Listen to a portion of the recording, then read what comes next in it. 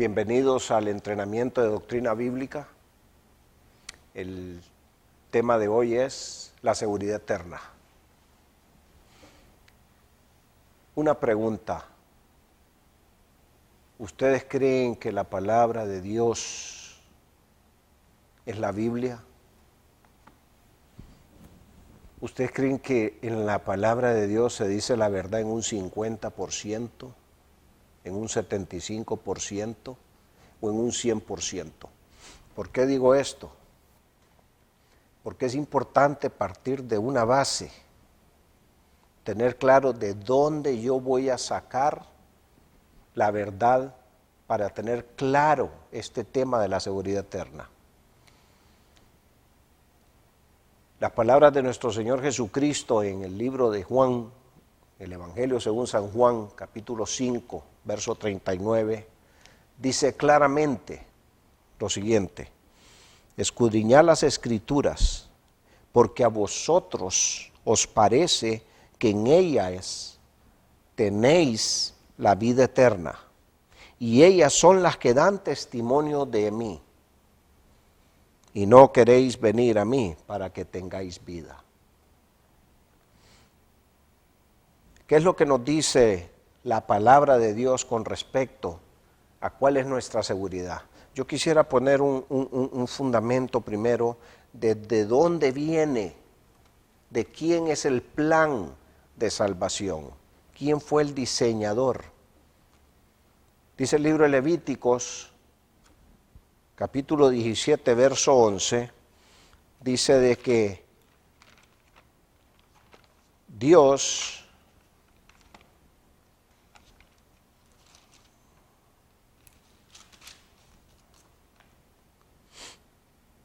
puso la sangre para la purificación del alma. ¿Y por qué razón el derramamiento de sangre? ¿Por qué el sacrificio de sangre? Aquí está bien claro y dice, porque la vida de la carne en la sangre está. Y yo os he dado para hacer expiación sobre el altar por vuestras almas. Y la misma sangre hará expiación de la persona. El libro de los Hebreos también nos habla y nos dice en el capítulo 9, capítulo 9, versículo 22, nos dice que todo, casi todo, se ha de purificar con sangre. Me gustaría leerlo. Hebreos 9, 22.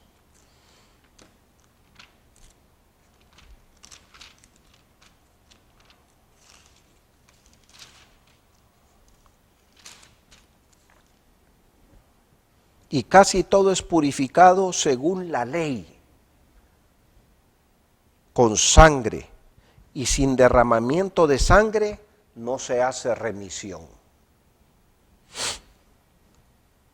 Nosotros podemos ver cómo Dios establece en su ley que para el perdón de pecados tiene que haber derramamiento de sangre, y Él lo estableció. Y dice de que esto es poder de Dios. 1 Corintios habla de que para algunos es locura, para otros tropezadero, pero Dios, por la locura de la predicación, decidió salvarnos. Y el libro de Romanos también nos dice en el capítulo 1, verso 16 al 17, nos dice Romanos: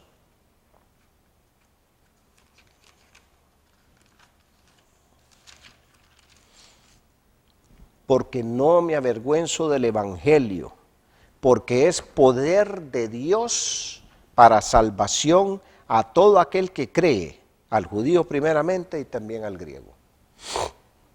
Y esto nos da una esperanza viva, como lo dice 1 Pedro, capítulo 1, verso 3 en adelante, para que nosotros vivamos llenos de gozo, en paz, en nuestra fe, porque Él lo estableció de esa manera. Pongo esta base, pongo esto, para poder entender que Él nos hizo renacer para una esperanza viva. Nos salvó y nos da la seguridad de que esa salvación es nuestra desde el primer momento que nosotros recibimos a Jesucristo como nuestro Salvador personal. ¿Y cuáles han sido esas promesas? Una de sus promesas fue que Él dijo que Él iba a venir, Él, el Señor, el Creador, iba a venir personalmente a buscar a sus ovejas. El libro de Ezequiel, el profeta Ezequiel, el Señor nos hace la promesa donde Él viene a buscar a sus ovejas. En Ezequiel capítulo 34, verso 11, porque así ha dicho Jehová el Señor, he aquí yo mismo iré a buscar mis ovejas y las reconoceré. Aquí está la promesa a través del profeta Ezequiel y vemos cómo se cumple en el libro de Juan, capítulo 10, versos 28 y 29, cuando el Señor dice, y aquí hay otro punto muy importante, entender la divinidad plena de nuestro Señor Jesucristo. ¿Por qué digo esto? Porque previamente habíamos visto que es poder de Dios, o sea que Dios mismo vino y su obra redentora se hizo sin ningún problema, sin ningún error. Cuando Él expiró dijo, consumado es, dijo, hecho está, porque Él mismo como Dios vino a dar su sangre, vino a dar su vida. Dice Juan 10, 27, mis ovejas oyen mi voz y yo las conozco y me siguen, y yo les doy vida eterna y no perecerán jamás, ni nadie las arrebatará de mi mano, nadie. Y aquí hay un punto de la divinidad plena de nuestro Señor. Mi Padre que me las dio es mayor que todos y nadie las puede arrebatar de la mano de mi Padre. El Señor Jesús estaba diciendo, nadie las arrebata de mi mano, y más adelante está diciendo que nadie las arrebata de la mano de mi Padre. ¿Qué está diciendo? Lo contesta el verso 30, yo y el Padre uno somos. Esto es muy importante entenderlo, porque esta es la base de todo para poder entender el Evangelio. Lo perfecto que ha sido el Evangelio. Hebreos 10:14 lo deja claro. ¿Qué es lo que nos dice Hebreos 10:14? ¿Por qué digo que fue perfecto sin error? Dice Hebreos 10:14. Libro de los Hebreos 10:14. Capítulo 10, verso 14.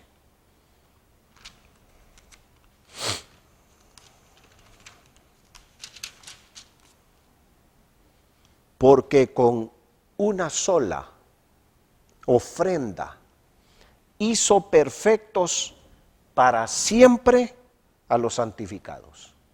Una sola ofrenda bastó para que nosotros fuéramos justificados, redimidos, restaurados, para que nosotros fuéramos purificados por esa sangre que habla el libro de Levíticos, como lo vimos al inicio, y el mismo libro de los Hebreos en el capítulo 9, verso 22, fuimos purificados con su sangre, un cordero sin mancha, sin tacha. Es el Cordero de Dios que quita el pecado del mundo. Muy importante tener eso muy en cuenta. Esa es una de las promesas. Él prometió venir personalmente por nosotros. Otra de las promesas es el Espíritu Santo de Dios. El Espíritu Santo de Dios, nosotros, es el que nos garantiza a nosotros nuestra salvación. Y dice el libro de los Efesios, epístola de los Efesios, capítulo 1, verso 13. En él también vosotros, habiendo oído la palabra de verdad, el evangelio de vuestra salvación, y habiendo creído en él, fuisteis sellados con el Espíritu Santo de la promesa, que es las arras o garantía de nuestra herencia hasta la redención de la posesión adquirida para alabanza de su gloria. El sello es algo que no se puede quitar. Yo no puedo eliminar estas palabras impresas en este libro. Están sellados. De esa manera el Señor selló en nosotros, en nuestra alma, su Santo Espíritu, para darnos esa esperanza viva. Y que para que nosotros pudiéramos deleitarnos día a día con Él, en vez de estar pensando si soy o no soy salvo, sino para sembrar en lo eterno, para dedicarme a crecer, para tener paz, gozo, para poder disfrutar de todos esos frutos que da el Espíritu Santo mismo. ¿Qué otra cosa hace el Espíritu Santo de Dios? El Espíritu Santo de Dios, como les decía, bueno, podemos ver Romanos 15, 13. Romanos 15, 13. Me gustaría compartirles esto también. Una de las obras que el Espíritu Santo de Dios hace es que dice: y Dios de esperanza os llene de todo gozo y paz en el creer, para que abundéis en esperanza por el poder del Espíritu Santo. El Espíritu Santo nos dice a nosotros, en otras palabras, en el contexto, que somos sus hijos. El Espíritu mismo nos pasa diciendo: sos mi hijo. Y dice el verso en Romanos mismo, en el contexto, en el capítulo 8, nos dice a nosotros lo siguiente: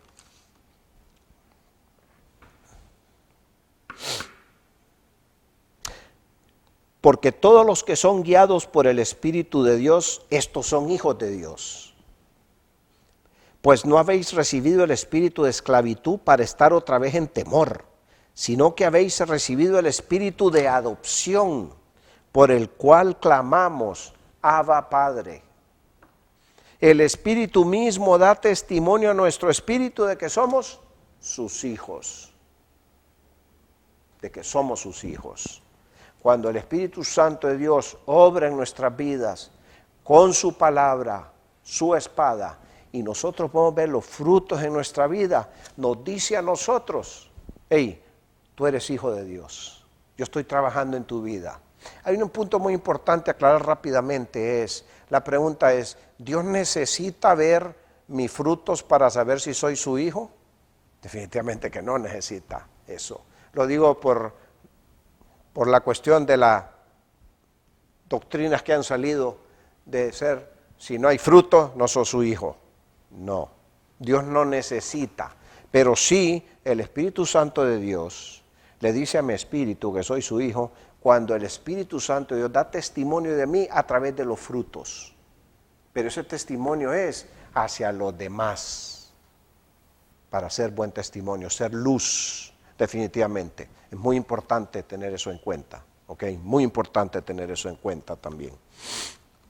El Espíritu Santo de Dios nos controla. 1 Corintios 12:3 dice que nadie puede blasfemar en contra de Jesús si en él mora el Espíritu Santo de Dios. Y aquel en el cual está el Espíritu de Dios llama Señor a Jesús. En otras palabras, y me gustaría leerlo mejor para no parafrasearlo, 1 Corintios 12:3 dice: por tanto os hago saber que nadie que hable por el Espíritu de Dios llama anatema a Jesús, y nadie puede llamar a Jesús Señor sino por el Espíritu Santo. En otras palabras, es imposible que en la persona en quien mora el Espíritu Santo de Dios niegue a Jesucristo.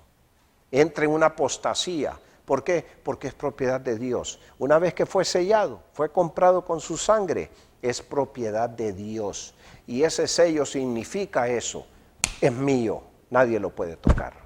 Está en mi mano. Yo me voy a entender con Él. Él puso su fe, su confianza total en mí. Este es mío. No puede negar al Señor.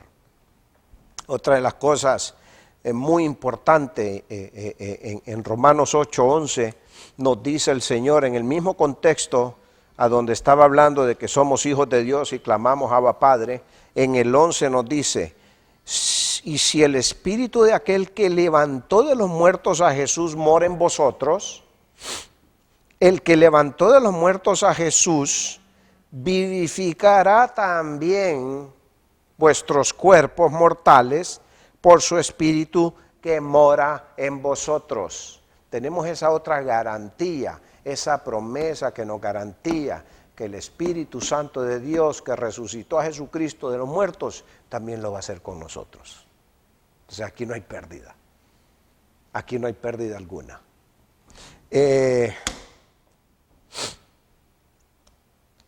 Conclusión. Podemos concluir en algo. Nada nos puede separar de Dios. Nada. Porque Él ha prometido y Él no miente. Dice Romanos 8, versos 37, el mismo contexto. ¿Qué cosa? Estamos viendo aquí, vivos por el Espíritu de Dios y que nos hacen más que vencedores. Dice el verso 37. Al inicio dice, habla de que somos más que vencedores, todas las cosas ayudan a bien y nos está hablando a nosotros, ¿verdad? Que somos sus hijos, ¿verdad? Que vamos a pasar por circunstancias, pero todo ayuda bien. Pero aquí está el punto clave muy interesante en esto de la seguridad eterna. Antes en todas estas cosas somos más que vencedores por medio de aquel que nos amó, por lo cual estoy seguro que ni la muerte ni la vida, ni ángeles, ni principados, ni potestades, ni lo presente, ni lo porvenir, ni lo alto, ni lo profundo, ni ninguna otra cosa creada nos podrá separar del amor de Dios que es en Cristo Jesús, Señor nuestro. Por todo lo que hemos visto, por lo tanto, nosotros podemos concluir que estamos seguros de estar con el Señor el día que nos toque partir de este mundo.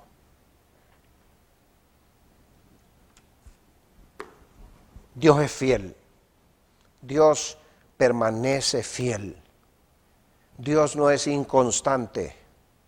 Dios es firme, fiel. Él promete y cumple. Y con estos 3 versos quiero dar por concluido este tema. Y dice, 2 Timoteo 2:13, si somos infieles, Él permanece fiel, porque no puede negarse a sí mismo.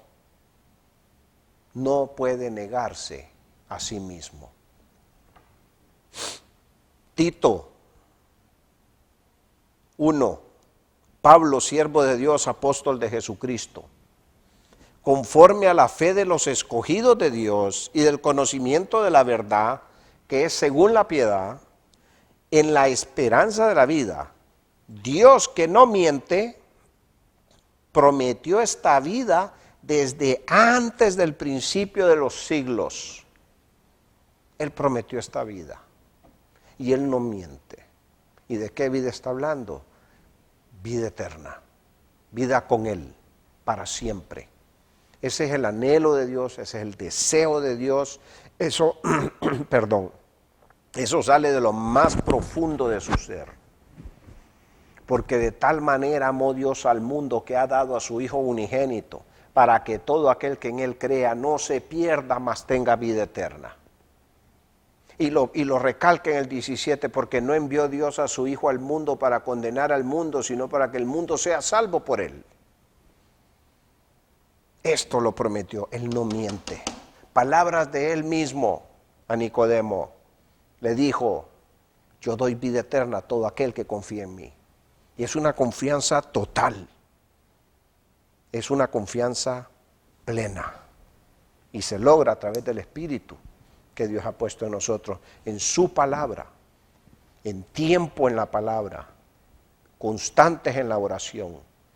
Y digo esto, hermanos, porque esto va dirigido a la iglesia. Esto es un tema que va dirigido a ustedes, los hermanos, a nosotros, los hijos de Dios.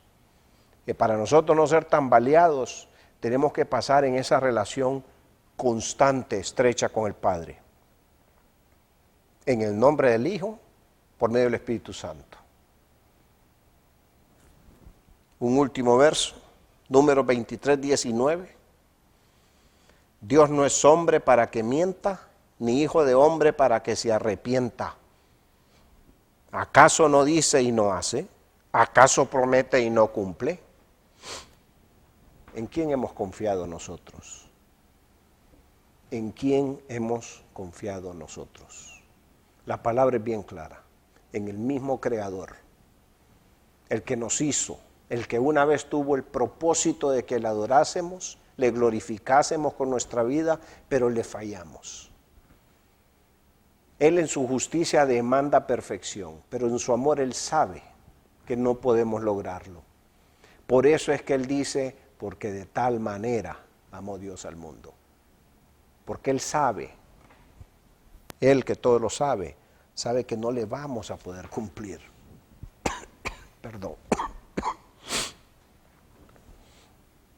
Hermanos, yo los reto de verdad, se los digo, los reto. Escudriñen las Escrituras. Mismo Señor Jesucristo arranca de esa manera en el verso 5 del 39, del verso 39. Él estaba en una confrontación con los religiosos constantemente y esa no fue la excepción. Le dijo, escudriñen la palabra. En ellas está la vida eterna. Ellas son las que dan testimonio de mí. Escudriñen la palabra.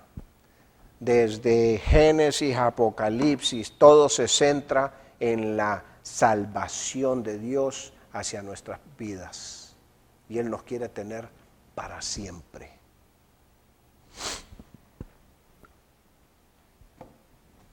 Gracias por la atención. De verdad que al darme cuenta de ese perdón, me ha apasionado desde el primer momento en que yo recibí a Jesucristo y he hecho esto de escudriñar la palabra para que el enemigo no me confunda. Yo lo motivo a que haga lo mismo y le doy gracias a Dios en el nombre del Hijo por esa gran salvación eterna.